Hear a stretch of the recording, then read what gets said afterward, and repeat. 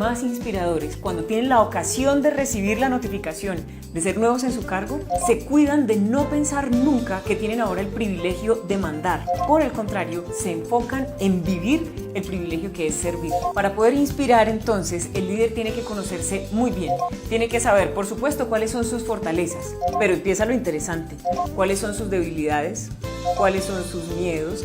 Y lo que puede ser más definitivo, ¿cuáles son los gatillos que hacen detonar sus principales emociones? Esos gatillos hay que tenerlos ubicados. Un líder contemporáneo cometería un error si se enfocara excesivamente en sus fortalezas de carácter técnico. La pregunta del millón no es usted qué tanto sabe, no es usted qué tantas habilidades conceptuales tiene, porque es que hay gente que sepa lo mismo que usted, en el mercado hay mucha.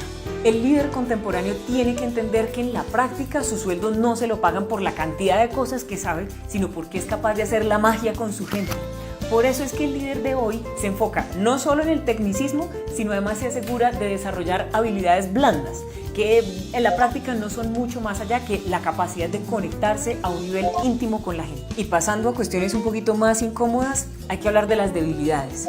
El líder tiene que tener clarísimo qué están haciendo sus colegas, cómo se comportan los demás líderes.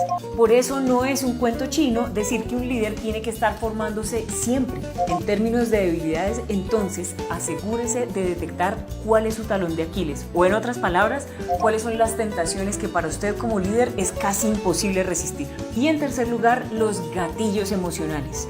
Usted tiene que tener clarísimo cuáles son esos sucesos o cuáles son esas circunstancias que disparan las emociones negativas en usted.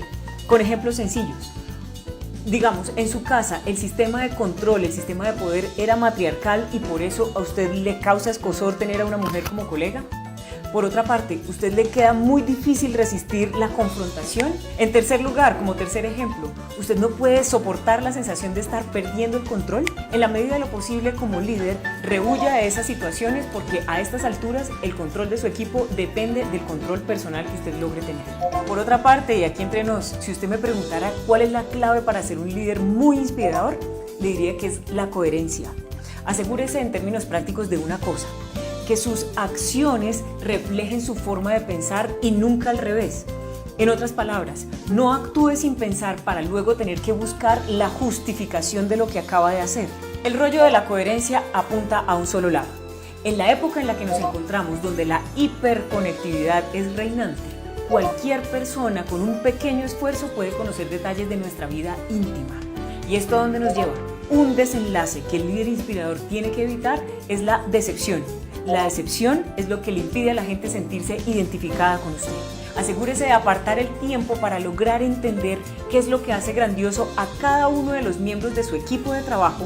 Hágaselo notar y a continuación hágalo sentir orgulloso de eso.